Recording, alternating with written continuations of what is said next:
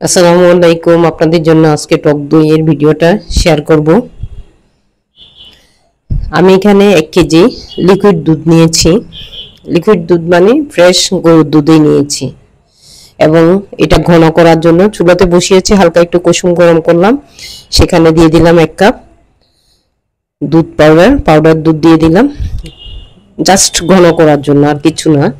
দুধটা আমি শুকাবো না, এই পাউডার দুধ 1 কাপ পাউডার দুধ দিয়ে ঘন করব, বা আপনারা চাইলে দুধটাকে একটু শুকিয়েও নিতে পারেন, ঘন করে নিতে পারেন। একটু দই বানাতে হলে দুধটাকে একটু ঘন করতে হয়। আসলে অনেকবার দই বানিয়েছি, টক দই, মিষ্টি দই, কোনোবার শেয়ার করি নাই।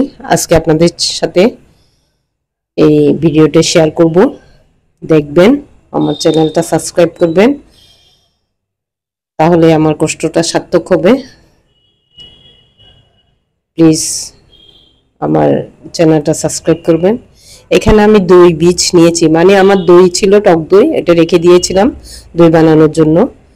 সেটা বের করে আমি ফ্রিজ থেকে বের করে আমি পানি ঝরাতে দিয়েছি, আর একটু নরমাল হওয়ার জন্য দিয়েছি, কারণ ফ্রিজে ঠান্ডা দই দিয়ে আসলে বানানো যায় না, দুধটাও ঠান্ডা হয়ে যাবে সেই সাথে।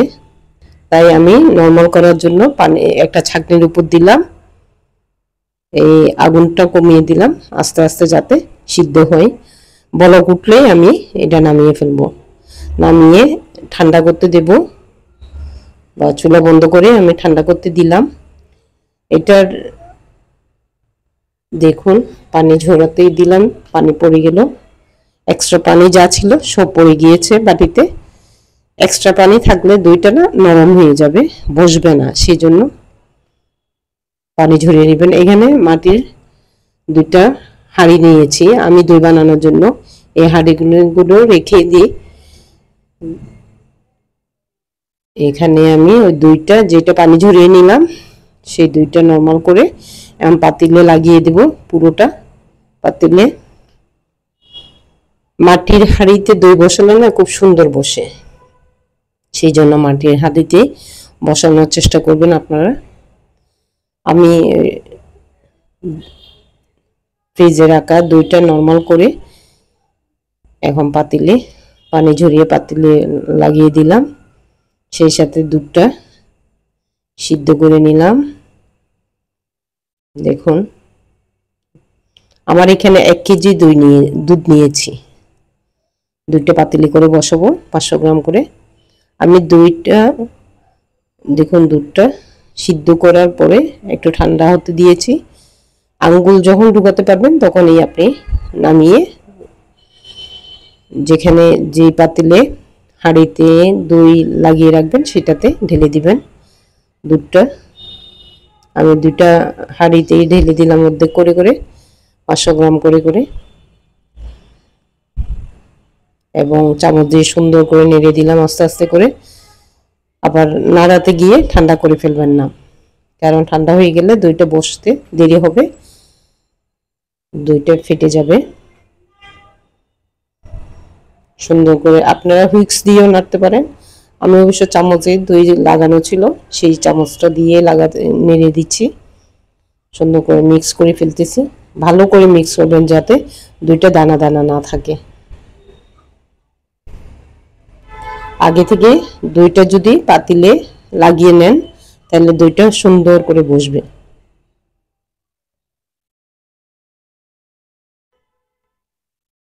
আবার ঠান্ডা করে ফেলবেন না নাড়তে নাড়তে। সুন্দর করে এখন উপরে ঢাকনা দিয়ে একটা কভার দিয়ে দিলাম, কভারটা মুখটা বেঁধে দিলাম। এখন আমি একটা কম্বলের মধ্যে, গরম থাকে যেহেতু, সেই রকম একটা কম্বল নিলাম এবং সেই কম্বলের মধ্যে ঢুকিয়ে দিলাম। আমি এখন রাত 10টায় বসাচ্ছি, সকাল 10টায়, 12 ঘন্টার জন্য রেখে দিব, কারণ আমার এটা আস্তে ধীরে হলেও সমস্যা নেই। যদি তাড়াতাড়ি করতে চান, আপনার যদি 2 ঘন্টার মধ্যেই লাগে, তাহলে আপনি গরম পানির মধ্যে বসিয়ে দিয়ে বা প্রেসার কুকারে বসিয়ে দিয়েও করতে পারেন। এভাবে আপনি দেখুন আমার 10 ঘন্টা পরেই সকাল 10টায় আমি 12 ঘন্টা রেখেছি, রাতে 10টা থেকে সকাল 10টা পর্যন্ত। দেখুন কি সুন্দর বসেছে। পাতিলটা যাতে না নড়ে সেই চেষ্টাটা করবেন, পাতিল নড়লে কিন্তু দইটা ফেটে যাবে, নড়ে যাবে। এখন আমি ফ্রিজে ঢুকিয়ে দিব 1 ঘন্টার জন্য। একটু ঠান্ডা হলে ফ্রিজটা দইটা খেতেও মজা লাগবে এবং দইটা শক্ত হয়ে বসবে, সেই জন্য এখন ফ্রিজে ঢুকিয়ে দিলাম। 1 ঘন্টা পর বের করলাম, দেখুন কি সুন্দর করে বসেছে আমার দইটা। মাশাআল্লাহ অনেক সুন্দর হয়েছে।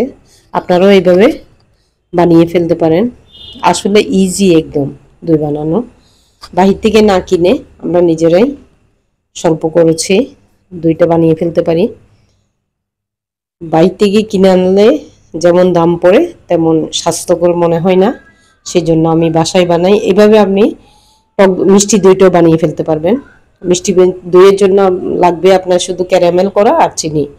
আপনি ক্যারামেলটা করবেন, ক্যারামেলটা করে গরম দুধের মধ্যে দিয়ে দিবেন।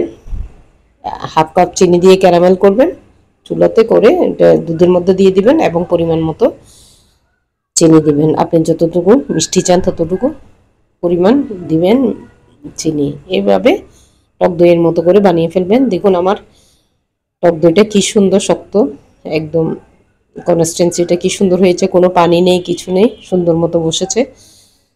মাশাআল্লাহ অনেকবার বানিয়েছি কিন্তু সময়ের জন্য আসলে ভিডিও করতে পারি নাই বা ভিডিও শেয়ার করি নাই। আজকে আপনাদের জন্য শেয়ার করব বলে ভিডিওটা করেছি।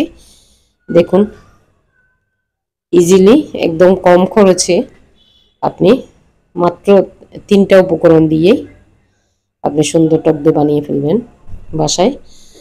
বাসায় হোমমেড খাবার মানে আসলে স্বাস্থ্যকর খাবার এবং শরীর ভালো থাকা, সুস্থ থাকা, এটাই নিশ্চিত করা যায় যে আমার বাসা তৈরি খাবার বলে আমি নিশ্চিন্তে খেতে পারবো। ওকে, আসসালামু আলাইকুম। ভিডিওটা শেয়ার করলাম, আপনারা দেখবেন আমার ভিডিওগুলো, আমার চ্যানেলটা সাবস্ক্রাইব করবেন এবং লাইক দিবেন, কমেন্টস করবেন। আর কোনো কিছু জানতে চাইলে আমাকে কমেন্টে জানাবেন, আমি চেষ্টা করব আপনাদের এই কমেন্টের আনসার করার জন্য। ওকে, আসসালামু আলাইকুম।